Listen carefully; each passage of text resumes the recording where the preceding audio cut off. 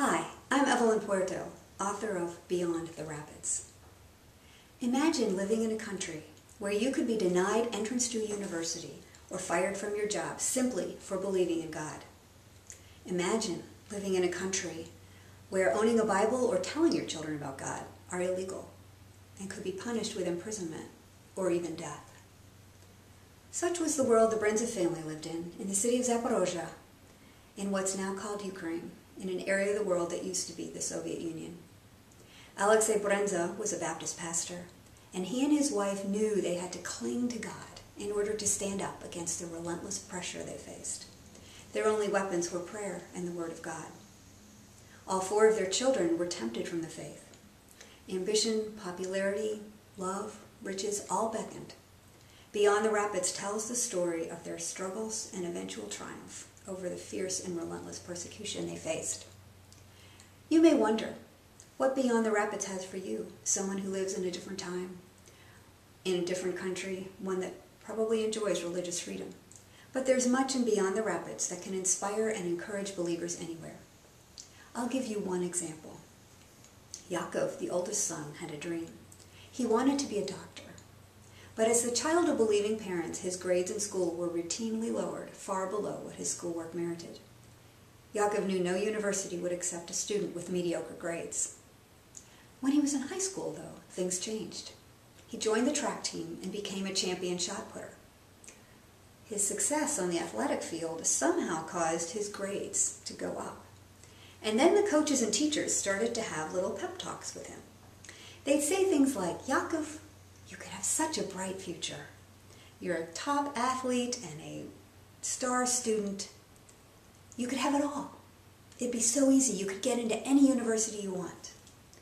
All you have to do is give up that church stuff." Yaakov was torn by this decision. Should he follow the advice of his teachers and coaches? Should he follow what the church said? Should he pursue his dream or pursue God? And he wrestled and struggled, and then he became very angered by the fact that he had to even choose. He'd say, education is a good thing, and God gave me these abilities and talents. Why doesn't he want me to use them? And why do the unbelievers who mock the name of God manage to just be able to walk in, take the entrance exam, and if they do well, they get admitted? They don't have to make any choices. How is this fair? I realized as I was writing Beyond the Rapids that in some ways Yaakov's struggle was my struggle. You see, I didn't get married until I was 48, and for years, for decades, I wondered, what's wrong with me that I'm not getting married? And marriage is a good thing. Why wouldn't God give it to me? And after some time, I realized part of the problem was that I was trying to be obedient to God and only date Christian men. The price of obedience, it seemed, would be maybe never getting married. And I didn't think that this was fair, that other people didn't have the same scruples I did, and they managed to get married and be happy. Why was I being denied this? And I've had other friends have similar problems, similar struggles. Many have wrestled with infertility.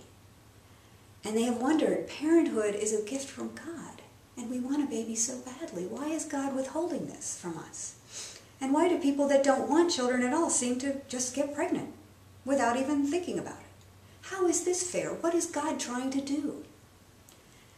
Well, in the end, I learned the same lesson that Yaakov and his family learned.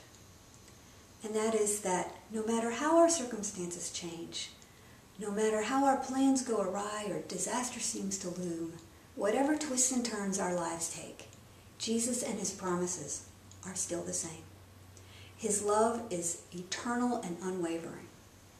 And that when we look beyond our problems and our trials and our pain and gaze to where God is, we can look into his eternal love and receive that joy and peace that pass all understanding. This is just one of the lessons from Beyond the Rapids. Read it and experience with the Brenza family how God's amazing grace and power and love work in the life of any believer. And know that love and that grace and that power can be at work in you.